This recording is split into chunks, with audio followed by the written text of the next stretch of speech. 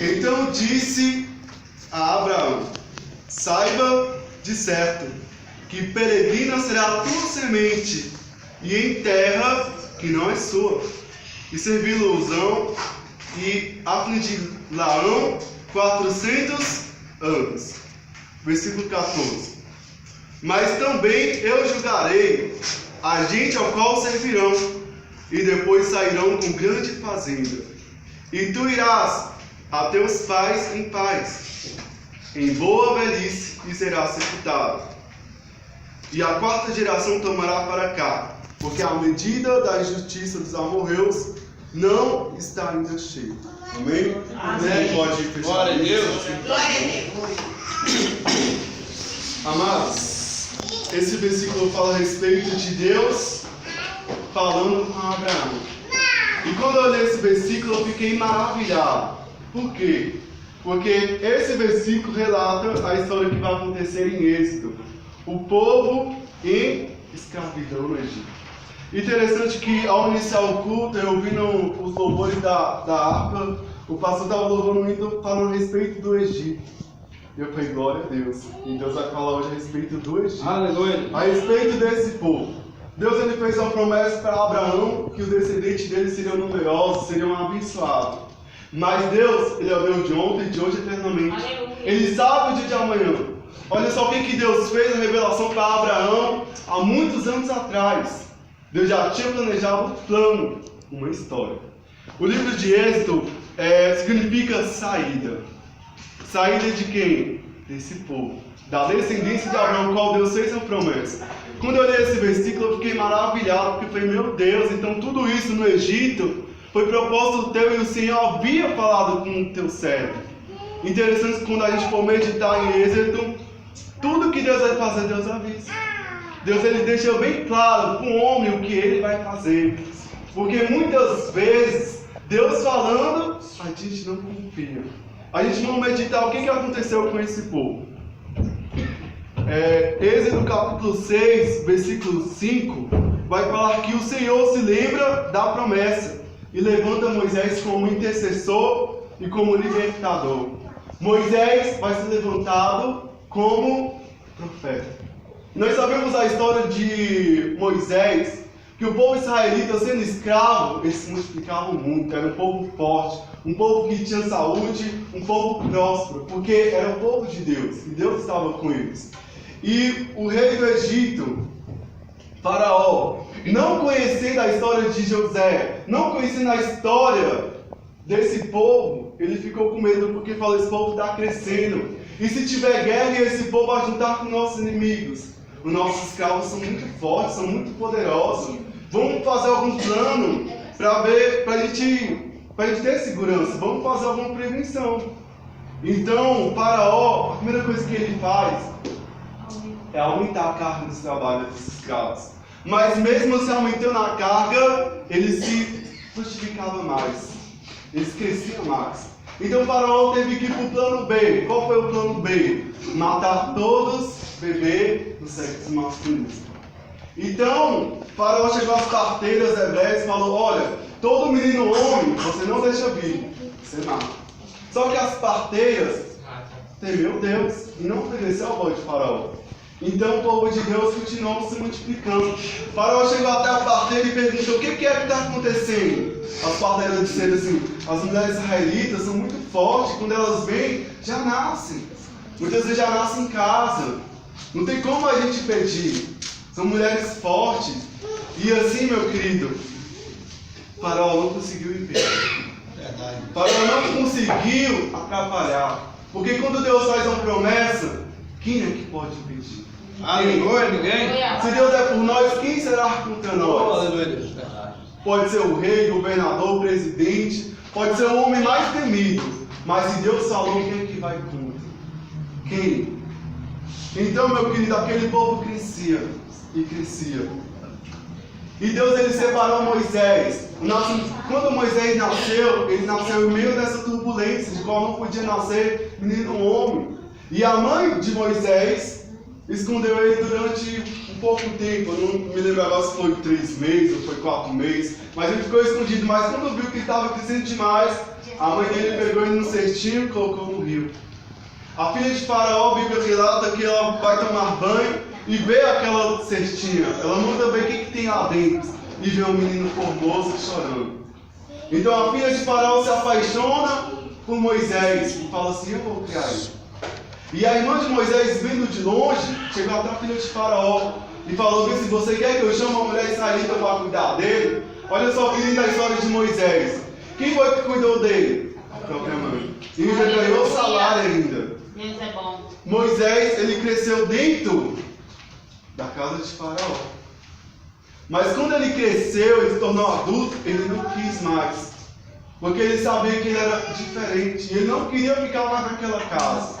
Então a Bíblia nos relata que ele vai sair na rua e ele vê um egípcio e um israelita brigando. Ele olha para um lado, olha para o outro, não tem ninguém, ele mata o egípcio. E aconteceu que depois, outro dia, Moisés sai na rua de novo, ele vê duas pessoas brigando. E Moisés vai falar para a pessoa injusta e começa a interrogar ela. E essa pessoa injusta fala assim: você vai fazer que nem você fez com o egípcio? Você vai me matar também? Então Moisés soube que ele tinha que correr, porque o que ele tinha feito, as pessoas já estavam sabendo. E logo ele chegava no ouvido de Faraó. Então Moisés pega, sai da terra do Egito, vai para outra terra. Lá ele conhece a sua esposa, tem filhas, e fica lá até Deus dar uma ordem para ele. Daí Deus chama Moisés e fala assim: volta para o Egito. Aquele povo está clamando por socorro, está clamando a mim, está pedindo socorro. Deus se lembra, a palavra de Deus fala em Êxodo capítulo 6, versículo 5, que Deus se lembra da promessa que ele fez para Abraão há muitos anos atrás, que o povo ficaria 400 anos. Então, dando esse período de 400 anos, 430 anos, Deus se lembra da promessa e levanta Moisés. Sempre, meu querido, na história vai ter um justo. Não vai ter, não precisa de 5, 10. Sempre na Bíblia vai destacar um. Vai destacar Noé, vai destacar Abraão, vai destacar Jacó. Sempre vai ter um. Às vezes por causa de um, Deus poupa. Através de Abraão, da intercessão de Abraão, Deus poupou a vida de Ló, o seu sobrinho. Porque Deus ia destruir tudo. Mas Abraão clamou a Deus. Sempre no povo de Deus vai ter um diferente. Sempre dentro de uma família vai ter um diferente. Porque Deus chama e separa. Sempre em qualquer lugar vai ter alguém que vai fazer a diferença. Através desse alguém Deus vai fazer grandes coisas. E assim Deus fez, chamou Moisés para fazer essa grande obra.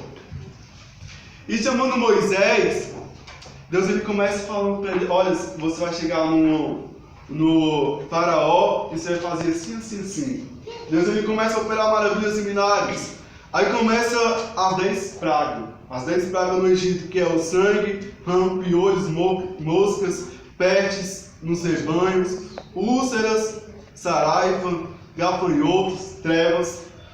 Em Êxodo capítulo 10, 22 fala que as trevas, ela era palpável, ela era densa.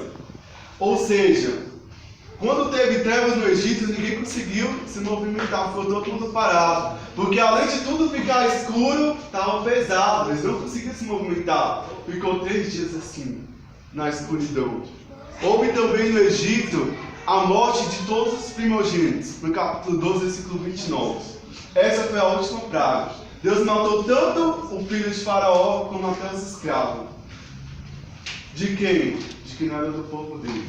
Engraçado que a palavra de Deus fala que Deus endurecia o coração de Faraó para não deixar o povo ir.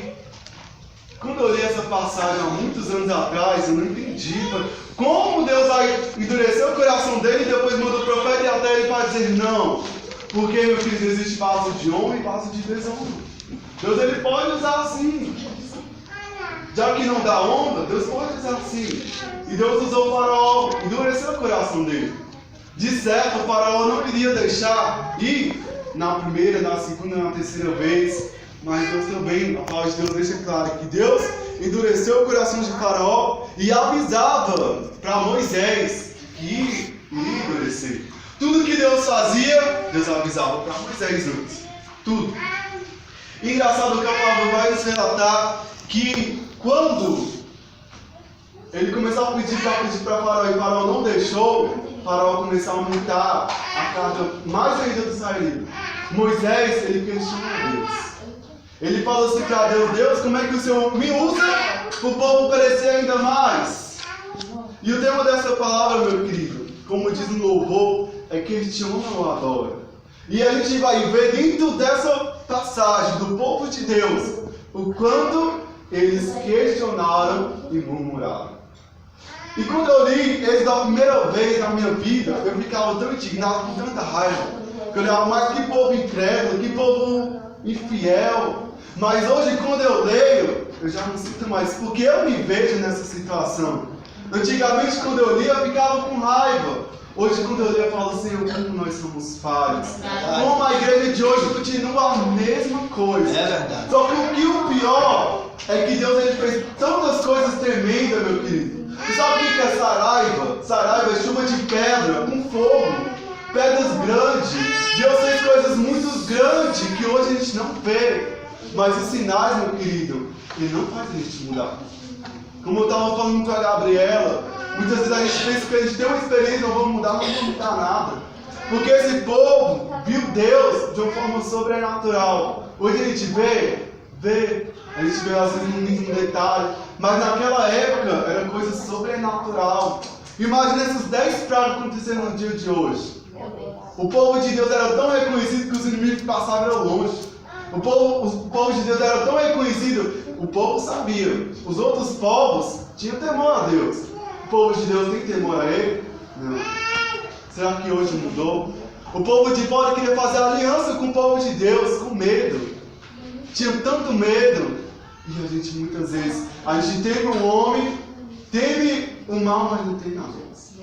E a palavra de Deus fala que a gente tem que temer a Deus.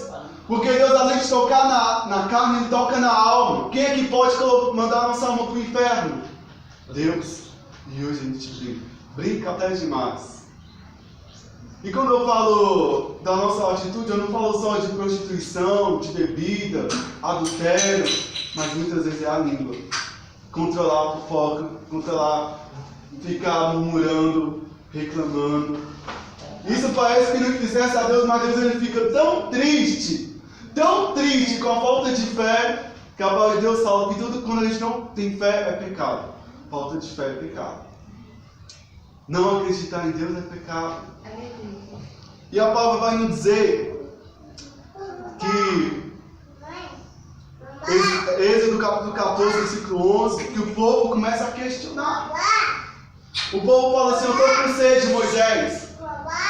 E agora como é que não vamos beber água? A Bíblia fala que eles vão ir até o rio, vai tentar beber água e a água está amarga. Ele chama aquele lugar de Mara, que significa amargo. Ele chega até Moisés e fala assim: agora, Moisés, o que tu vai fazer? Nós estamos com sede.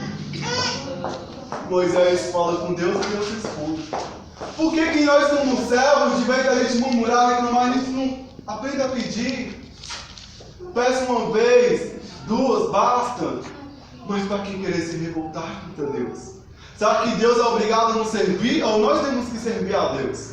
Será que o vaso manda no oleiro ou o oleiro que manda no vaso? Quem somos nós, meus queridos? Para querer perguntar para Deus o porquê de certa situação. Quem somos nós de querer se revoltar? E quantos homens e mulheres de Deus já chegaram a querer colocar Deus na parede? Deus, se você não fazer, eu paro. Se o Senhor não fazer, Ele quer colocar condições para Deus. Mas na verdade, quem coloca condição é Deus. Se atentamente ouvir a minha voz, se arrepender, seus maus caminhos, clamar a mim, virei e sararei a terra. Quem coloca condição é Deus, meu querido. Verdade. A gente tem que tomar esse cuidado, porque nós não somos Deus, querer colocar questionamento, querer colocar condições. Se até aqui, se passar disso, somos nós. E o povo fala bem assim, Êxodo 14, versículo 11. Fala para Moisés: vocês tiraram a gente do Egito porque faltava o sepulcro? Olha só, o povo acompanhou todas as maravilhas no Egito. Acompanhou. E agora não estava acreditando.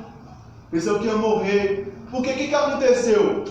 Quando o faraó liberou o povo de Deus para ir fazer sacrifício a Deus, e quando eles foram, Deus endureceu o coração de faraó para ir atrás do povo. E o povo estava nessa situação que ele estaria encurralado. Aqui o mar e aqui o inimigo. O que eles iam fazer? Aí eles falaram, agora não vou morrer. Para que você me tirou do Egito? Para morrer aqui? E aí, meu querido? Moisés começa a interceder e falar com Deus. E fala assim, Deus falou para Moisés, por que clamas a mim, Moisés? Responda, povo que marcha. E o Espírito Santo de Deus falou para mim e para ti, marcha. Marcha. Aleluia. Porque nós estamos parados, esperando algo. Deus quer que você prossiga. Deus não quer que você pare na caminhada. Deus quer que você ande. Deus já não mostrou que o caminho seria estreito. Deus já não mostrou que você passaria por aflições, mas tenha de bom ânimo. Por que nós ficamos assim pensando que vamos morrer? Nós só vamos morrer se Deus permitir chegar a nossa hora, se a gente cumprir aquilo que Deus tem para nós. Por que nós ficamos tanto medo do nosso inimigo? E às vezes quando eu falo nosso inimigo, pode ser nós mesmos. Nossa angústia, as nossas aflições. Pode ser alguém que te persegue. Por que nós temos tanto medo, igreja?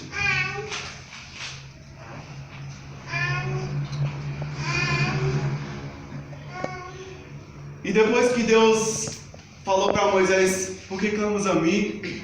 A palavra de Deus fala que Deus manda um vento do Oriente e abre um mar. E o povo de Deus começa a passar pelo mar. E o inimigo vem atrás. E a palavra de Deus fala que Deus colocou impedimento. Deus travava as rodas de Faraó e do inimigo. E eles estavam com dificuldade de chegar até o povo. Porque Deus estava com eles. Então eles estavam com muita dificuldade de chegar até o povo de Deus. A palavra de Deus fala que o mar começa a fechar. E vem matando todos eles. Aleluia. E mesmo Deus cuidando tanto, meu querido, você acha que o povo tinha sinceridade, fidelidade, amor com Deus, alegria? A caminhada no deserto foram de muitas murmurações, lamentações, de tristeza, angústia, de sufoco. E para que tudo isso? Porque nós sentimos tanto sentimento assim se nós sabemos que tem um Deus que cuida de nós. A palavra de Deus fala que Deus colocava uma nuvem para guiar o povo no deserto, para proteger, porque no deserto os dias são muito quentes ao extremo e as noites também são muito frias ao extremo. Então de dia tinha a nuvem para guiar o povo e de noite tinha a coluna de fogo para iluminar e para aquecer. Deus ele deixa faltar alguma coisa no deserto? Não. Mas o que é mais difícil de estar no deserto? É a alta dependência. Nós não queremos ter dependência. O caminho para o rumo da promessa, ela permite que a gente venha viver pela fé. O justo viverá pela fé. Ser cristão é isso. É você levantar as mãos para Cristo, mas de amanhã você não sabe. E Deus vai te conduzir. E através do deserto que Deus vai mudando o nosso caráter. Por que nós temos que passar para o deserto? Para Deus trabalhar em nós. Como é que nós vamos subir? É através das dores mesmo, meu querido. A palavra de Deus fala assim, bem-aventurado, quando a gente passar por tribulação, porque aí vem a experiência, a paciência, e por fim o amor de Deus. Para Deus trabalhar no nosso eu, no nosso ego, a gente tem que passar a ser dependente, tem que aprender a ser humilde, simples. E quando a gente está no deserto, quando a gente estamos na prova, é mais fácil a gente falar com Deus. Então por isso que muitas vezes Deus permite vir.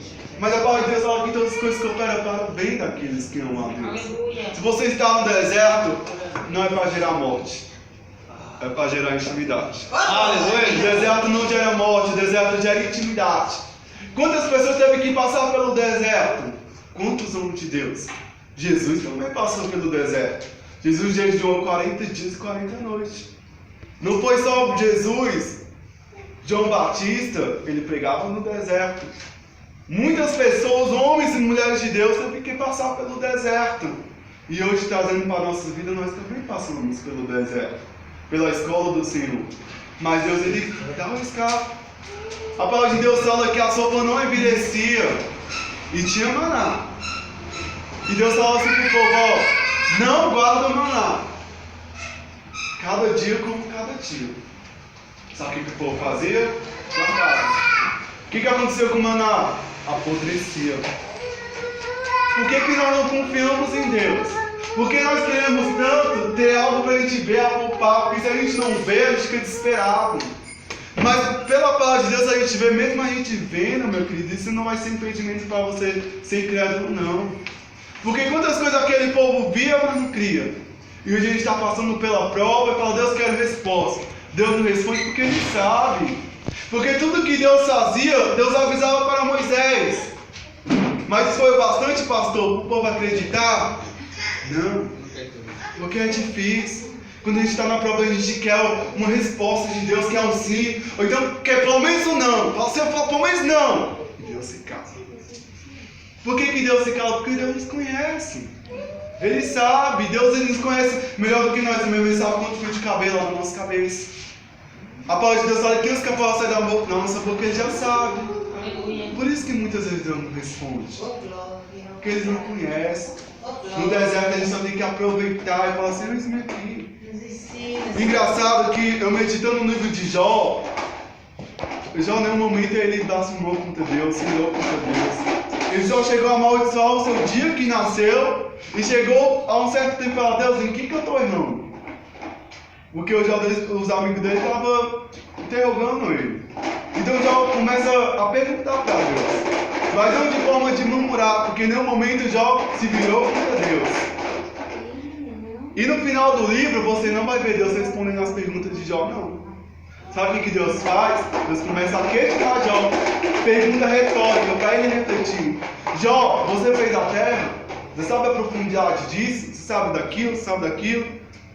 Jó apenas não fala mais nada. Jó ele passou por tantas coisas. Deus não respondeu por que ele passou por aquilo. Jó apenas viveu. E ele amadureceu. Engraçado que me choca que Jó falando, se eu conhecia Deus, eu ouvi falar. Como um homem íntegro, reto, obediente a Deus, ouvia Deus só de ouvir falar. E era tão justo de fazer o bem para todos, órfãos, viúvas. Um homem que, mesmo sem filho, sem riqueza, mesmo o inimigo tirando tudo, mesmo a sua alma e sua esposa, não murmurou contra Deus, eu só ouvia Deus de ouvir falar. Será que nós conhecemos Deus mesmo? Porque Jó declarou que ouvia Deus só de ouvir falar. E era reto, submisso, obediente, tinha fé. Jó declarava, eu sei que por fim o meu Redentor há de me justificar. Aleluia. Jó declarou isso. E Jó declarou, vencer que tudo pode, que nenhum de seus planos pode ser frustrado. Aleluia. Nós temos que ser assim, meu querido. Tá difícil? Tá. Mas aí eu te pergunto, questiona ou adora? Porque no meio da sua dor você não consegue ficar calado. Ou você adora bendizendo a Deus, ou você murmura irritando. Essa palavra era dura, mas é preciso a gente ouvir.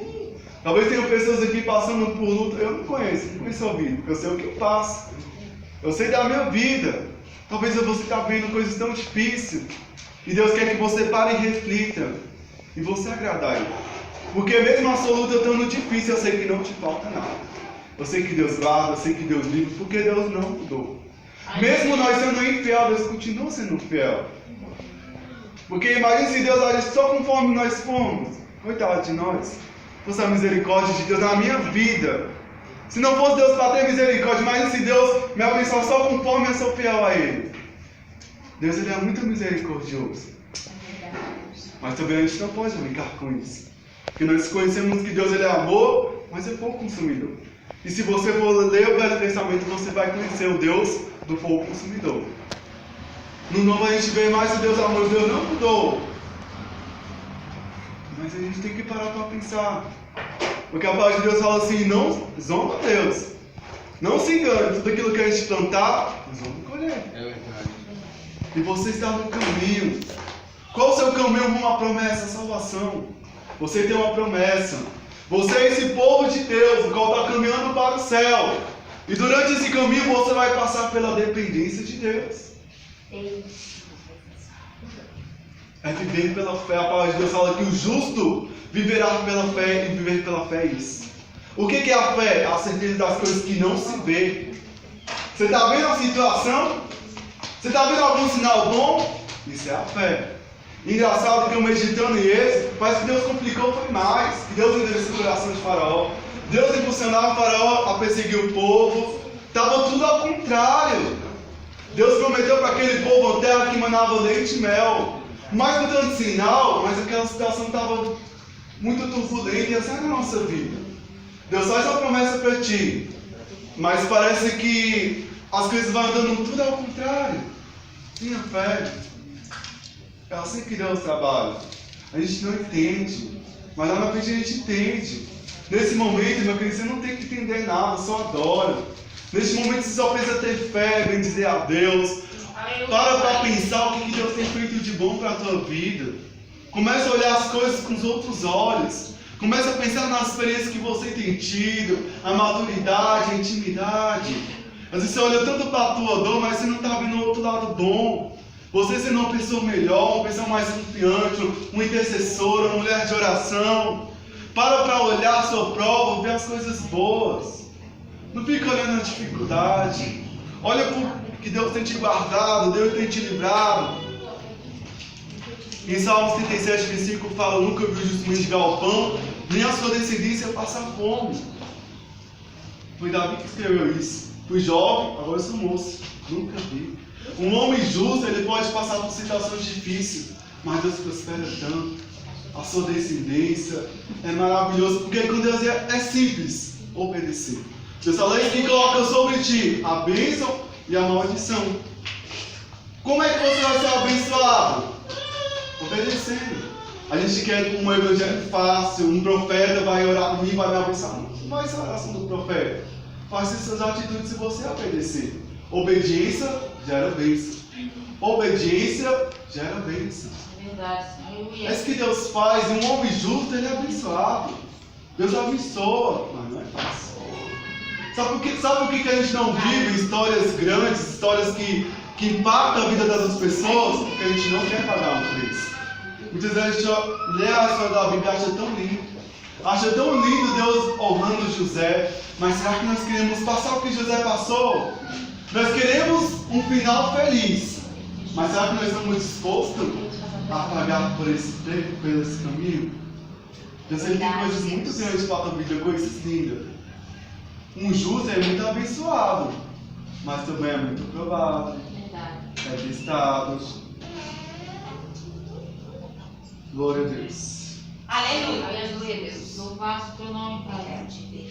Então, estar no deserto é sair da área do conforto, passar a ter dependência exclusiva de Deus.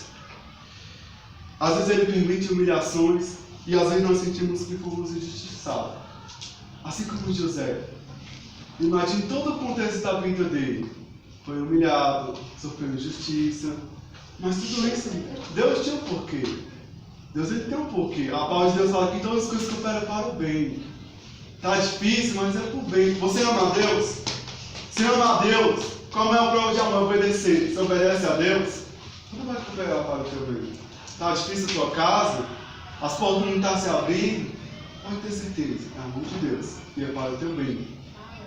Não que Deus queira o mal para você, mas muitas vezes Deus não permite a situação para que a gente venha mudar. Deus não muda a situação para mudar a gente. É verdade, Deus. O que é questionar? É duvidar, logo vem a murmuração, a falta de fé. O que é adorar? Adorar também é acreditar, ser paciente, ser grato, ser fiel e obediente a Deus. E olha só, meu querido, essa passagem do povo no deserto não era para ser morada, não. Era para ser rápido. Em Deuteronômio, capítulo 1, versículo 1 e 2, fala que a jornada era para ser, sabe quantos dias? 11 dias. E sabe quantos anos aquele povo passou no deserto? 40 anos. Por quê? Murmurações, falta de fé, idolatrias. Idolatrar, meu querido, não é apenas se prostrar diante de imagem, mas colocar algo acima de Deus. Se você colocar algo acima de Deus, isso é uma idolatria. De 11 dias passou a ser 40 anos.